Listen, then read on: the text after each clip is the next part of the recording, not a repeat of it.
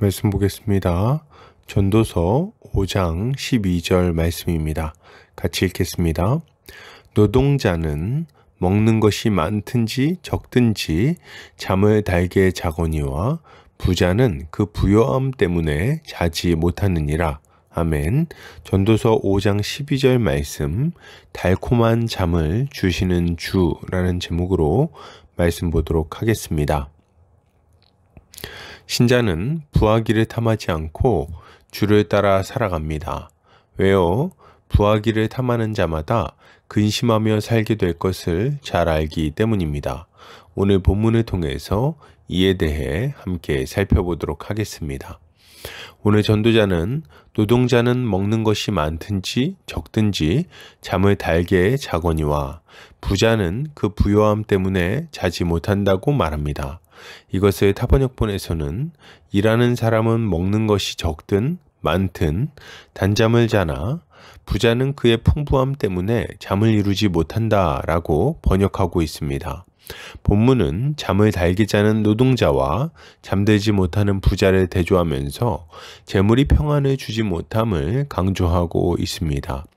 이것은 재물이 많은 것이 마음에 평안이 아닌 근심을 가져다 준다는 것을 경고하는 동시에 신자는 재물이 아닌 그리스도 안에서만 참 평안을 얻을 수 있다는 것을 잘 교훈하는 말씀이라고 할 수 있겠습니다.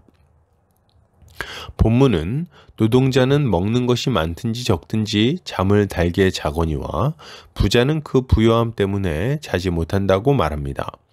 여기서 잠은 피로를 풀어주고 쉼과 회복을 주는 하나님의 축복이라고 할 수 있습니다. 시편에서는 하나님께서 그 사랑하는 자에게 잠을 주신다고 말하기도 합니다. 그러면 누가 이 복된 잠을 깊이 잘 수 있을까요? 누가 밤에 편히 누워서 평안을 누릴 수 있냐는 말입니다. 언뜻 생각할 때 우리는 따뜻한 집이 있고 먹을 게 풍부한 부자들이 편안히 잠들 수 있을 것 같습니다. 배도 부르고 잠자리도 따뜻하니까 당연히 푹 쉴 수 있다고 생각하는 것입니다. 반면에 가난한 노동자는 잠자리도 편하지 않고 먹을 것도 충분하지 못하니까 깊이 잠을 못 잘 것처럼 여겨집니다. 그러나 놀랍게도 실상은 그렇지 않습니다. 가난한 노동자는 배고픈 상황에서도 달콤한 잠을 자게 되지만 부자는 평안히 잠들지 못하는 거죠. 도대체 이게 어떻게 된 일일까요? 본문은 부자가 잠을 잘 자지 못하는 이유를 그 부요함 때문이라고 말합니다. 이것은 참 재미있는 분석입니다. 왜 그렇습니까? 재물이 많으면 근심 걱정이 사라지고 평안이 찾아올 것 같기 때문이죠. 그러면 부요함이 잠을 빼앗아가는 이유는 뭡니까? 그 이유는 분명합니다. 부요함은 근심과 걱정을 없애주는 것이 아니라 오히려 더 큰 근심과 걱정을 가져다 주기 때문입니다. 디모데전서에서 바울은 이렇게 말합니다. 돈을 사랑함이 일만하게 뿌리가 되나니 이것을 탐내는 자들은 미혹을 받아 믿음에서 떠나 많은 근심으로써 자기를 찔렀도다. 이게 무슨 말입니까? 돈을 사랑하고 탐내는 사람들은 믿음에서 떠나게 된다고 말하는 것입니다. 그리고 그 결과 많은 근심이 찾아오게 된다는 거죠. 이것은 돈을 사랑하는 것이 하나님을 신뢰하고 의지하는 것에서 떠나게 만든다는 말을 하고 있는 것입니다. 그러면 하나님을 떠난 자들은 어디로 갈까요? 돈을 신뢰하고 의지하는 자리로 가게 되는 것입니다. 문제는 재물에는 정함이 없다는 점입니다. 우리가 본래 신뢰하며 살던 하나님은 변함이 없는 분이시죠. 그분은 영원부터 영원까지 변함이 없으십니다.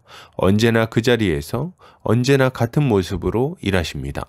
그분은 이랬다 저랬다 하지 않으시고 한 번 하신 약속은 반드시 이루어 주세요. 그러니 우리 하나님께 닻을 내리는 것은 얼마나 지혜로운 일입니까? 반면에 재물은 어떻습니까? 재물은 늘어났다 줄어들었다 변함이 많습니다. 좋은 일에 쓰였다가 나쁜 일에 쓰였다가 우리를 좋게도 했다가 괴롭게도 했다가 변화무쌍한 거죠. 돈이 항상 그 자리에 변함없이 있습니까? 아니죠. 돈은 항상 변함없이 우리에게 선한 결과를 가져다 주지도 못합니다. 재물에는 정함이 없는 거예요. 그러다 보니 어떤 일이 벌어집니까? 돈을 의지하는 사람은 실망하게 됩니다. 돈의 약속은 믿을만하지 못해요. 돈은 우리의 생명을 지켜주지 못하고 우리의 영혼을 지켜주지 못하고 우리의 관계를 지켜주지 못합니다. 도리어 문제를 일으킬 때가 더 많은 거죠. 그래서 돈을 의지하는 사람은 근심과 걱정에서 헤어나오지 못하는 것입니다. 그 결과는 뭡니까? 쉼과 회복을 가져다주는 잠을 자지 못하고 계속해서 피곤하고 괴로운 인생을 살게 되는 것입니다. 예, 그 인생에는 쉼이 없고 회복도 없고 평안도 없습니다. 그저 탐욕과 좌절과 괴로움과 공허함만이 남아있을 뿐이에요. 그러니 재물을 추구하는 것은 얼마나 어리석은 일입니까? 그러면 뭡니까? 지금 전도자는 가난하게 살아야 된다는 말을 하는 걸까요? 가진 재산을 팔아서 가난해지면 마음이 평안해져서 푹 잠을 잘 수 있는 것입니까? 그렇지 않습니다. 돈은 없으면 없는 대로 고달픈 게 사실입니다. 줄임배를 안고 차가운 방에 몸을 누이는 것은 참 힘든 일이에요. 일을 해서 피곤하니까 달게 잠이 들지는 모르지만 그렇다고 해서 근심 걱정 없이 평안을 누리는 것은 또 아닙니다. 그는 내일 먹을 것을 염려해야 하는 거예요. 그러니 재물을 없애는 것도 단잠을 자는 비결이라고 할 수는 없는 것입니다.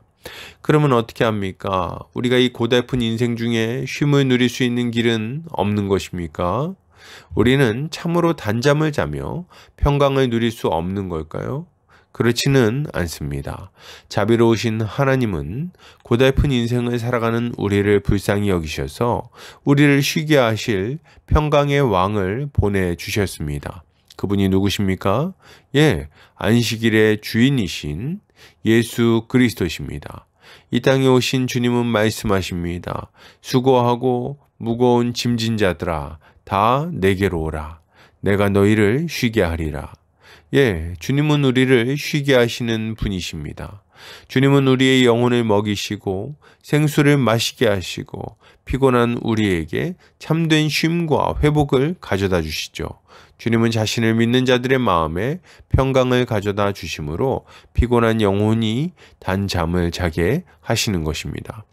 그러므로 여러분, 이것을 생각할 때 신자가 가져야 될 마땅한 모습은 무엇일까요? 가장 먼저 우리는 예수를 믿어야 되겠습니다. 예수를 주와 그리스도로 영접하는 자들에게는 참된 쉼이 주어질 것입니다. 주님은 우리의 마음 가운데 찾아오셔서 우리와 함께 먹고 마시며 함께 하실 거예요. 우리의 걱정과 근심은 신실하신 주님과 함께 할 때 사라질 것이고 주님이 주시는 참된 평강이 우리의 마음을 지배하게 될 것입니다. 이것은 세상이 주는 것과는 완전히 다릅니다. 주님의 평강은 돈으로도 성공으로도 인간관계로도 얻을 수 없는 영원하고 견고한 평강이에요. 이 주님을 영접하는 자들만이 비로소 달콤한 잠을 잘 수 있을 것입니다. 또한 이미 예수를 믿는 자들은 고달픈 삶을 살아가며 안식을 찾는 사람들에게 그리스도를 소개해야 되겠습니다. 우리는 주님의 일꾼으로서 주님의 초청을 전달할 의무가 있습니다. 피곤한 몸을 이끌고 근심서린 잠을 자는 자들에게 평안의 소식을 전해야 되는 거죠. 이것은 남녀노소 빈부귀천을 막론하고 참으로 복된 소식이기에 망설일 필요도 없습니다. 우리는 때를 얻든지 못 얻든지 나가서 큰 소리로 주님의 초대를 선포해야 하는 것이죠. 이것이야말로 신자가 가져야 될 마땅한 모습일 것입니다. 결론을 드립니다. 여러분, 예수를 믿읍시다. 주님이 주시는 쉼을 누리며 주님 안에서 참된 평강을 얻읍시다. 불면의 밤을 지내는 자들에게 꿀같은 잠을 주실 주님을 전합시다. 이것이 신자가 마땅히 해야 할 일들일 것입니다. 오늘도 주님의 지혜로 승리하는 성도님들 되시기를 주의 이름으로 축복합니다.